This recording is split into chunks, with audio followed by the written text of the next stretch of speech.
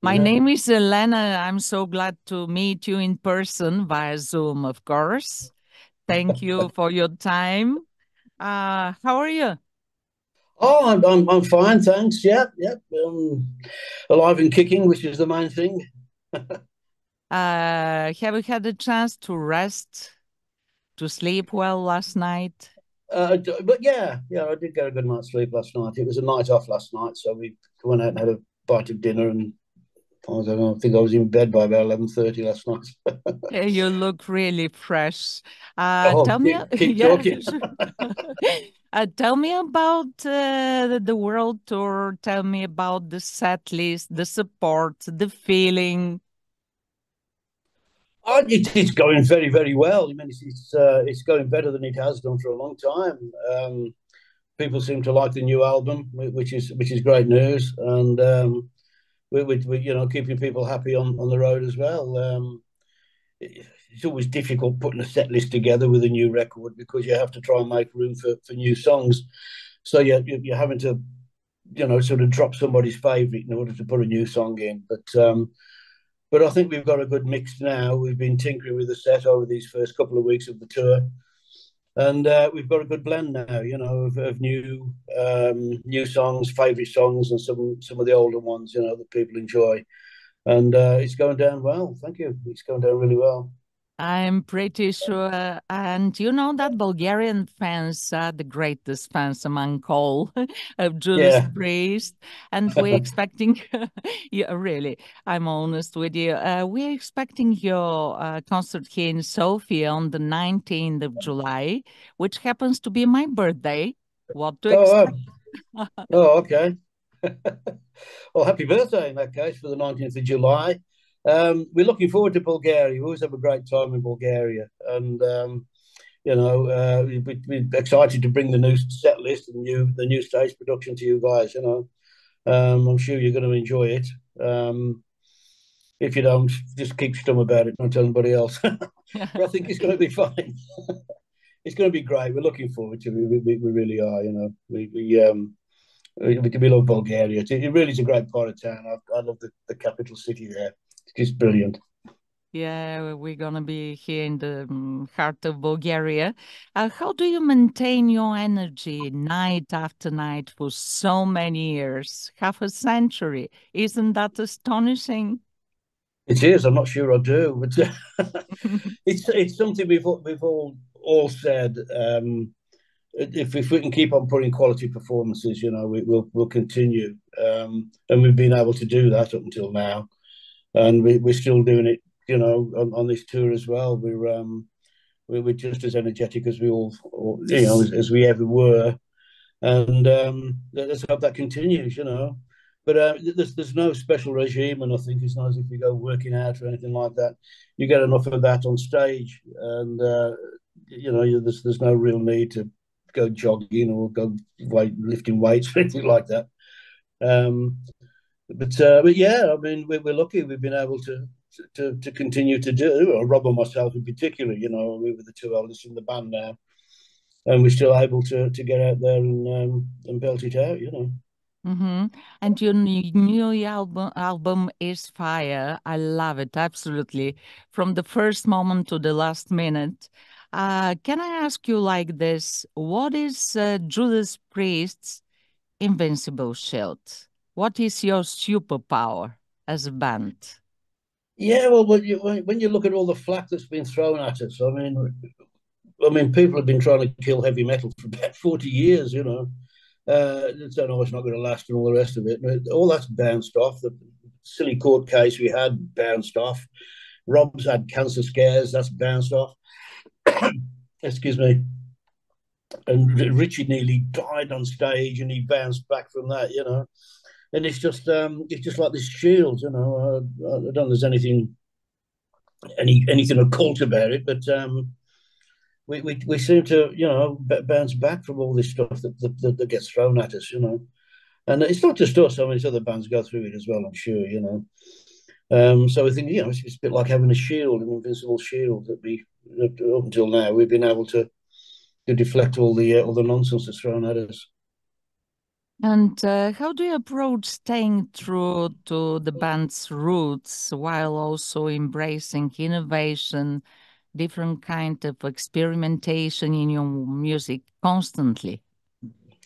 Yeah, well, the roots are the sounds of the individuals. Even though we've got two comparatively new members with Richie and now Andy Sneap, who's covering for Glenn. They've been with the band now, or Richie has for over 10 years now. It doesn't seem that long, does it? But he's been with us for over 10 years. So he's picked up that, and he's now part of the, you know, the core of Judas Priest, if you like. But we've always tried with albums and tours, if it comes to that, always try to move forward with each one. It's step forward with each, you know, try and make yourself better, try and improve. And it's really the only sort of little rule that we have when we go into a studio, the writing process, is to try and make it better than the last one, you know. And it's kept us modern, it's kept us relevant. I mean, we look down at the audience, and there's some very, very young faces down there, and they're loving it, you know. And I think it's mainly due to, you know, taking those steps forward with each one, and keeping yourself, you know, keeping it modern. And like I say, you connect with young people in that way. It's probably a surprise to some of them when they come to see us live to see how old we are. But it works, you know. Yes. And how do you adapt your bass playing to fit the different musical styles explored by Judas Priest? Yeah, well, you go with the flow. You play what the song needs. Try not to overplay or underplay if it comes to that. And you know you get a song, and you see the patterns there, and you follow the patterns. And you know everybody makes suggestions to everybody else anyway. You know, why don't you try this and that and whatever, and you end up with your bass line. And it's something that you know it's going to sound blasé, but it's not really that difficult as long as you can play the parts. You know the feel comes with it, and yeah, that's what I do. You know, obviously Richie and Rob and Glenn write the songs, and they'll put roughs together. And then Scott and myself will get copies of that, and he puts his drum patterns to it, and I put my bass lines to it. You know, then we get together in the studio when there's not a pandemic about, that is, and you know, play through it a few times and make sure everybody's on the same page, as it were. This last time was a little bit more different because of the pandemic. We found it difficult to get together, you know, because we weren't allowed travel and what have you. So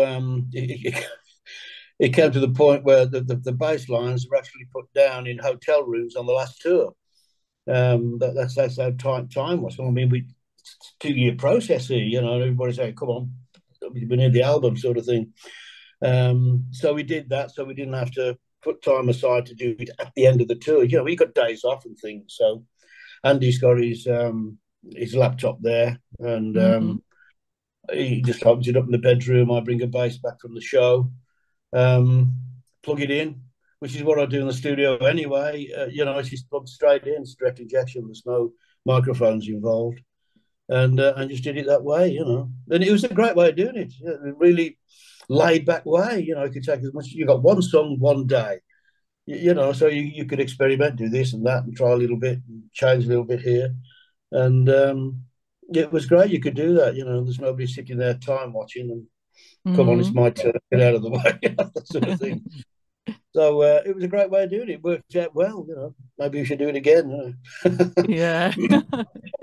Do you how to say spend some time listening to any other music than heavy metal, like jazz, for example? I know your father was connected with jazz scene, jazz music. Yeah, I was brought up with jazz and folk. He played all kinds of things. But I never made any money out of it. He only did it as a semi-pro. He had a bit of pocket money, you know. He went into the holiday fund, I think, something like that. But yeah, I was brought up with all the old greats, you know, the T-Bone Walkers, Lionel Hamptons, Dorsey, Goodman, Nelson Riddle, and of course Sinatra, and all the old crooners. But he unfortunately he started to show me the rudiments on a double bass when I was about 14. You're a 14-year-old, you've got this great big thing up here, it's just not quite so easy to play. But unfortunately, he died. He got cancer and he died just after that. I was only just 15 when he died. And after that, I picked up a bass guitar, found it was easier to play, ultimately easier, ultimately more portable, and went on from there. And then I got into blues music, which was a bit of an extension of jazz, white boy blues, John Mayall, Free, Fleetwood Mac, all the old blues bands and what have you, and started to get into that, and progressed from there. Myself and Ken became friendly at that point, basically because we'd known each other for a long time. We became friends because of our love for the same kind of music. Went forward from there. But even today, I love classical music as well, and I still listen to jazz, as well as the heavier stuff. Mm-hmm. Is it possible after years to hear your bass within blues band or jazz formation? I often say that, but when we finish with Judas Priest, Yeah. I don't really want to start again. I mean, I'm too old to do that anyway. But I just go and play the local bars and pubs. The haunts that we used to play and things like that. Just put it on blues band together and just go and have a bit of fun. Yeah. We'll see. Wonderful. Judas Priest's music often explores themes like rebellion, freedom, empowerment. How do these themes resonate with you personally? Yeah, all of those things is sort of a rebellious nature, and it's the nature of the music, really, isn't it? It's something really you'd probably need to ask Rob. Being the guy that writes the lyrics, but the lyrics go perfectly with the style of music, and it is rebellious and it is different. And a statement that no, we're not going to conform. We're going to do things the way we want to do them, And it's something that you carry with you. I mean, when you start out, you don't want to be like other bands. The whole point is eking out your own identity and trying to become unique. And you still do that, and it's part. Even now, it's part of. With each album, we're still taking that step forward, still trying to be different with each album. Not a great deal, but at least a step at a time, maybe 2 steps, and what have you. And like I say, it keeps you current, and it keeps you relevant, it keeps you modern. And when you do, you look down and you see those young faces, and you say it's working. Yes. And in this world of artificial intelligence, fake news, misinformation, how do you think metal music and metal community can combat? Yeah, I don't know. You'd know, wouldn't you? If something was put together, I mean, they're not going to be able to play the instruments for a start, so they're going to have to use some kind of music stem, some sort of source. And you'd know, I'd know if something's put together. You can listen to, I don't know, even now pop songs in particular, and you think, that's not a bass guitar. Some guy's playing out on a keyboard, and you know it. You know what I mean? It might fool some of the public because obviously I go into things a little bit more deeply than I drive my wife mad. She won't let me anywhere near. If she's going to a concert, I don't go.